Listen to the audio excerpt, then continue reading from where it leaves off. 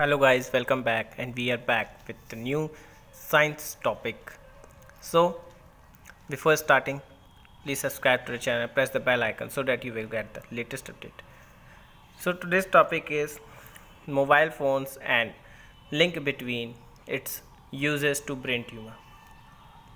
Latest UK की millions of women's पर की गई स्टडीज़ में सेलुलर टेलीफोन का यूज़ और ब्रेन ट्यूमर के रिस्क को मार्च 29, 2021 में journal of nature institute of cancer में पब्लिश किया गया, जिसमें यह कंफर्म किया गया कि सेलुलर टेलीफोन का यूज़ यूजुअल कंडीशंस में ब्रेन ट्यूमर के रिस्क को नहीं बढ़ाता है।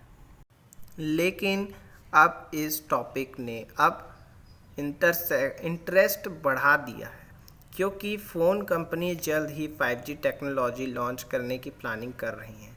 सेलुलर टेलीफोन का यूज़ 1996 से 2001 के दौरान यूके के मिलियंस वुमेन स्टडीज़ ने 1935 टू 1950 के बीच 15 ईयर्स के समय में पैदा हुई 13 लाख वुमेन्स को स्टडी में शामिल किया।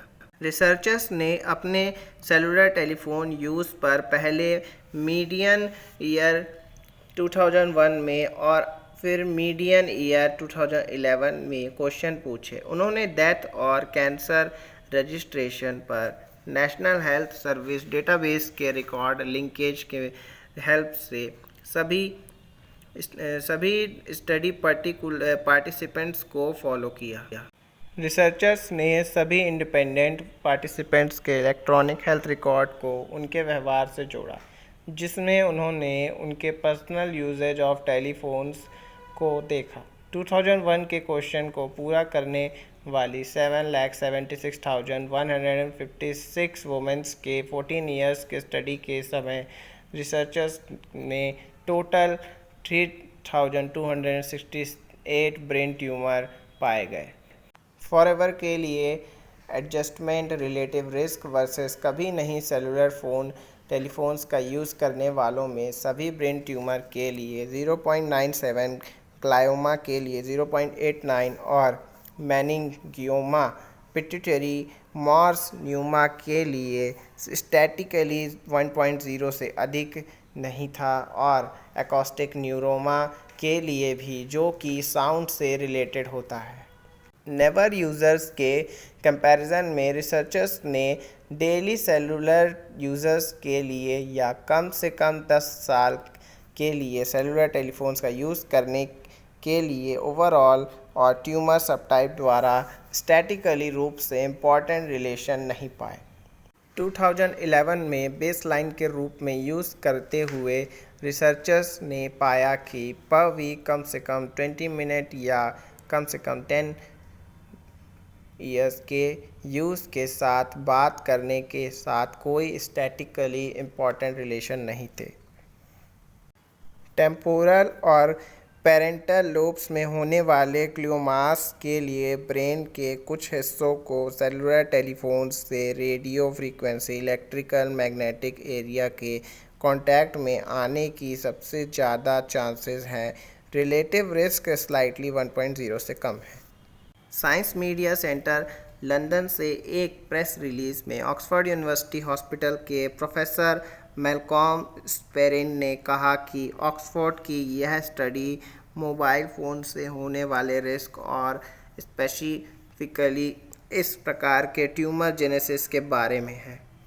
रीजंस फॉर स्टडी: यह एक वेल डिज़ाइन पर्सपेक्टिव स्टडी है जो कोई कॉजल लिंक की पहचान नहीं करता, लेकिन यह मानता है कि हो सकता है पिछली स्टडीज से प्रोड्यूस फॉल्स कोरिलेशन रहे हैं जो रेट्रोस्पेक्टिव हैं। Specially phones wireless etcetera global हो जाने के कारण हमेशा एक्स्ट्रा रिसर्च वर्क की नीड होती है, लेकिन इस स्टडी से कोई एग्जिस्टिंग प्रॉब्लम को दूर करना चाहिए। उन्होंने वार्निंग दी। रिसर्चर्स ने सेलुलर टेलीफोन्स के यूज़ और कई स्टडीज़ में ब्रेन ट्यूमर के रिलेशन को चेक किया। सिंस ब्रेन सबसे अधिक खुला पार्ट था, जब हम सेल फोन्स को अपने हेड के वेरी क्लोज रखते हैं, तब RF को जो सेल फोन से निकलते हैं वह हमारे ब्रेन को कई सेंटीमीटर्स तक पेनिट्रेट कर देते हैं और एनर्जी टेम्पोरल और पेरिएंटल लोब्स में एब्जॉर्ब हो जाती है।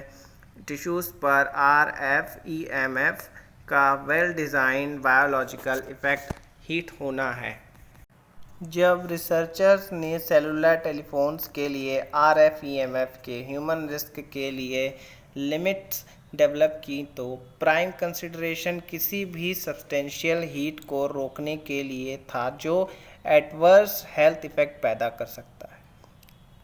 RF के इफ़ेक्ट्स वहाँ लेजिटिमेट कंसर्न थे कि उन लिमिट्स के नीचे RF एक्सपोजर से एडवर्स बायोलॉजिकल इफ़ेक्ट हो सकते हैं। पॉसिबल मैकेनिज़्म के कारण अदर देन हीट, रिसर्चर्स ने ऐसे अननोन मैकेनिज़्म की केयर के लिए 50 का सिक्योरिटी फैक्टर जोड़ा। किसी भी मामले में long term epidemiological studies defendable है।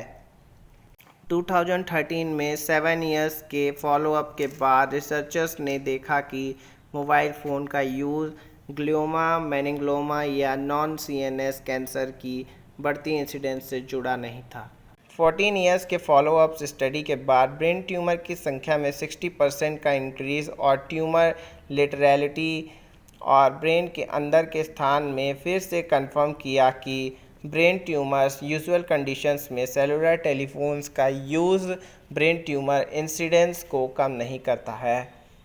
रिसर्चर्स ने पाया कि वायरलेस टेक्नोलॉजीज़ की आज की जनरेशन काफ़ी कम पावर का प्रोड्यूस करती है, जिससे कि बैलेंस पर आज का एक बहुत ज़्यादा यूज़र्स पहली 2 जनरेशन्स के यूजुअल यूज़र्स के मुकाबले में इक्वल RF एक्सपोजर जमा करने की पॉसिबिलिटी नहीं है। ब्रेन ट्यूमर्स और सेल फोन्स के यूज़ की चिंता में हमें नींद खोने की ज़रूरत नहीं है, ऐसा KS पार्थसारथी कहते हैं, जो कि एटॉमिक एनर्जी रेगुलेटरी बोर्ड के फॉर्मर सेक्रेटरी थे। अभी के लिए इस टॉपिक पर इतना ही गाइस, और आगे ब्रेन ट्यूमर्स के बारे में अगर आप कुछ जानना चाहते तो हमें कमेंट करिए और हमारे वीडियो को सब्सक्राइब करिए। Thanks for watching.